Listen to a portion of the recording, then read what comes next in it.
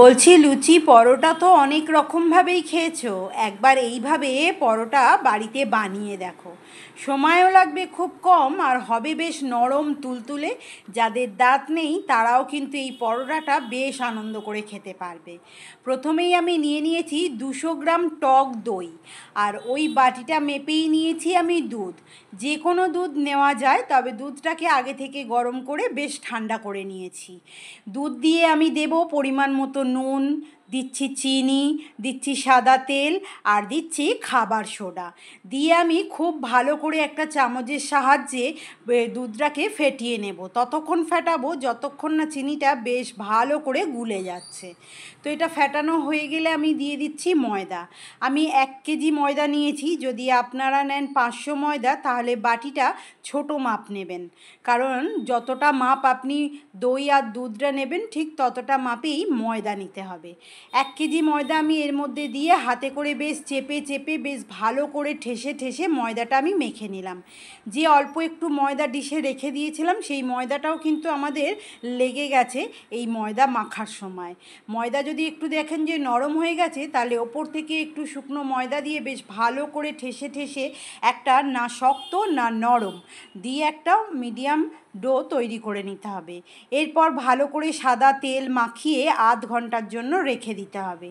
যদি হাতে সময় কম থাকে তাহলে 10 মিনিট রাখলেও চলবে। বেশ ভালো করে আমি আধ ঘন্টা পর আবারও একটু মথে নিলাম। নিয়ে আমি এরকম মোটা মোটা করে লেচি করে ঢাকনা দিয়ে রেখে দিলাম। লেচি করে কিন্তু ঢাকনা দিয়ে রাখতে হবে, খোলা রাখা যাবে না।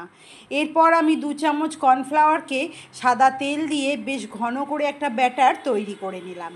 এরপর আমি একটা লেচি দিয়ে তার উপরে শুকনো ময়দা দিয়ে পাতলা করে, যতটা পারবেন পাতলা করে একটা রুটি বেলে নেবেন। বেশ পাতলা করে, আমি একদম যেরকম ফুচকা বেলা হয় ঠিক সেরকমভাবেই পাতলা করে রুটিটা বেলে নিয়েছি। এরপর ওপর থেকে দিয়ে দিচ্ছি সেই মিশ্রণটা যেটা বানিয়ে রেখেছিলাম কর্নফ্লাওয়ার আর সাদা তেল দিয়ে। বেশ ভালো করে রুটিটাকে মাখিয়ে নিলাম। এরপর একটা ছুরি নিয়েছি, নিয়ে আমি রুটিটাকে কেটে নেব। তবে মধ্যিখানটা কিন্তু কাটছি না, মধ্যিখানটা আন্দাজ অনুযায়ী একটু ছেড়ে দিয়েই আমি মাপ করে করে এপাশ থেকে ওপাশ চারিদিকে কেটে কেটে নিলাম। যেরকম আমি দেখাচ্ছি ঠিক সেইভাবে কাটলেই চলবে। এরপর একটার পর একটা ভাঁজ দিয়ে আমি একটা লেচি তৈরি করে নেব।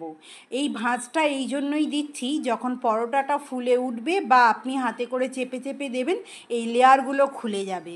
খেতে কিন্তু দারুণ হয় এই পরোটাটা। একবার অন্তত বাড়িতে এইভাবে ট্রাই করে দেখবেন, বেশ সুন্দর হয়। আমি হাতে করে লেচিটাকে ঠিক করে নিলাম। ঠিক এইভাবে লেচি তৈরি করে নিতে হবে। যদি আপনি মনে করেন যে সব লেচিগুলো আগে তৈরি করে নেবেন, তাহলে কিন্তু লেচিগুলো তৈরি হয়ে যাবার পর সাদা তেল বেশ ভালো করে মাখিয়ে রেখে দিতে হবে। তবে আমি আপনাদের দেখানোর জন্য 2টো লেচি তৈরি করলাম এবং সেই 2টো লুচিকেই আগে আমি বেলে ভেজে নেব।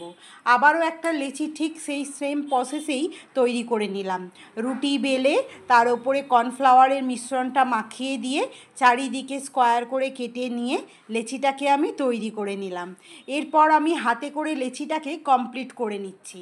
নিয়ে আমি তেল মাখিয়ে এটাকে গোল শেপে বেশ মোটা মোটা করে আমি পরোটা বেলে নিচ্ছি। তবে যতটা ভালো করে তেল এতে মাখানো যাবে ততটাই খুব ভালো হবে। বেশ গোল গোল করে একটু মোটা মোটা করে বেলে নিতে হবে। দেখুন আমি মোটা মোটা করে বেলে নিচ্ছি। যদি ভালো লাগে তাহলে একটা লাইক আর কমেন্ট করে আমার পাশে থাকবেন। এরপর একটা তাওয়া গরম করে আমি পরোটাটা দিয়ে উল্টে পাল্টে ভালো করে সেঁকে নিয়েছি। নিয়ে আমি একটা চামচের মাপ করে 1 চামচ তেল দিয়ে উল্টে পাল্টে পরোটাটাকে আমি বেশ লালচে করে মুচমুচে করে ভেজে নিলাম। ওপরটা হবে বেশ মুচমুচে আর ভেতরটা হবে বেশ নরম তুলতুলে। ভাজার পর কিন্তু হাতে করে একটু মুচড়ে নিতে হবে।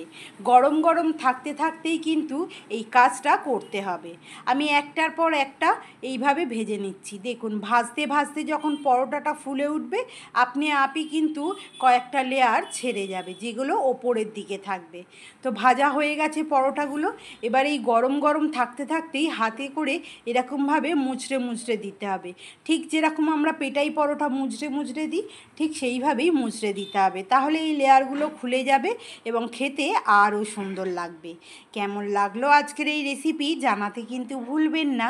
যদি ইউটিউব থেকে দেখেন তাহলে সাবস্ক্রাইব করে নেবেন, যাতে সর্বপ্রথম আমি আপনার ভালোবাসা পেতে পারি। আর যদি ফেসবুক থেকে দেখেন তাহলে ফলো করে